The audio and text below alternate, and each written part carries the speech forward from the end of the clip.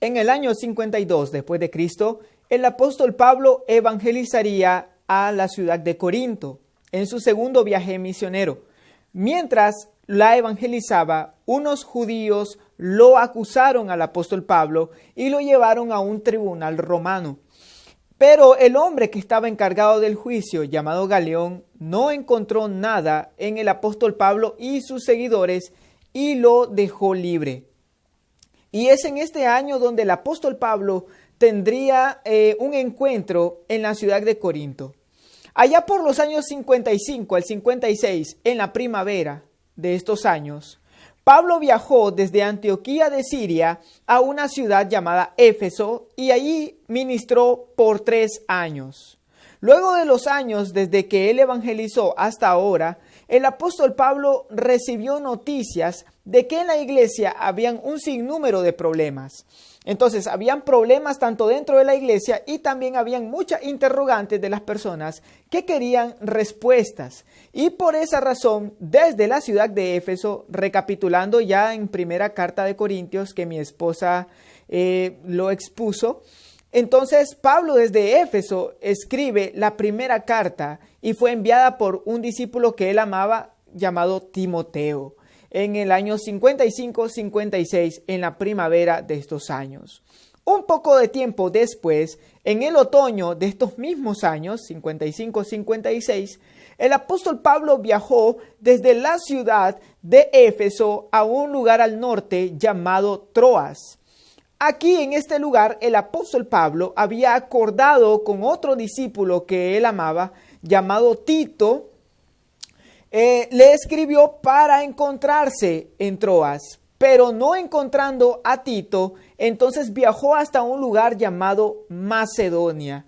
Y aquí se encontró con Tito, recibió el reporte de la ciudad de Corinto y hubo un sinnúmero de situaciones en las cuales el apóstol se había dado cuenta, pero no solo eso, también quiso volver a viajar a Corinto una tercera vez. Recapitulando todo lo que acabamos de decir, toda esta información histórica se encuentra en la Biblia, en Hechos capítulo 18, versículo 1 al 17. Hechos 18, 23 hasta el capítulo 21, verso 26. Primera de Corintios capítulo 16, versículo 5 al 8. Segunda de Corintios capítulo 2, versículo 13. Segunda de Corintios capítulo 7, versos 5 al 7, el capítulo 12, versículo 14 y el capítulo 13, versículo 1. Todos estos textos bíblicos le darán a usted una panorámica histórica de la ciudad de Corinto en la Biblia. Entonces, haciendo un pequeño recuerdo, la primera carta del apóstol Pablo la escribió porque quería llamar al arrepentimiento a los problemas que estaban en la iglesia y también para responder preguntas. En la segunda carta, en el capítulo 2, verso 1 al 11, el apóstol Pablo le da gracias a Dios y le da gracias a los corintios porque ellos están dando frutos dignos de arrepentimiento. Es decir, ellos estaban cambiando su estilo de vida y Pablo les agradece por ello. Sin embargo, siempre hay un problema y el problema de acá era que había otro grupo que estaba dando problemas y eran los falsos maestros y falsos apóstoles dentro de la iglesia. Y estos hombres se levantaron porque estaban negando la autoridad de Pablo y estaban poniendo en duda el carácter del apóstol. Decían que Pablo, por ejemplo, no era apóstol, de que Pablo no fue llamado, de que era un hombre que no tenía palabras porque había cambiado una y otra vez el sentido de sus viajes a Corinto. Decían que era débil y decían que el apóstol Pablo robaba las ofrendas que iban para los pobres de Jerusalén. Los estaban acusando de que él se robaba las ofrendas. Y un sinnúmero de calumnias más que por esa razón, el propósito principal de la segunda carta es que Pablo defiende su ministerio y certifica que fue llamado por Dios. Entonces, la segunda carta escribe Pablo para sacar a la luz a los falsos maestros y a los falsos apóstoles en contraste con su llamado. ¿Y cuál es el argumento que el apóstol Pablo utiliza para destruir los pensamientos de estos falsos? Es uno, y podemos resumirlo en uno. El apóstol Pablo en 2 de Corintios capítulo 3, versículo 2, le dice a los corintios que la garantía de que él fue llamado por Jesús, de que él fue llamado por Dios, son los mismos corintios, que son fruto de su llamado. Y Pablo les dice, ustedes son mi carta de recomendación, escrita en sus corazones.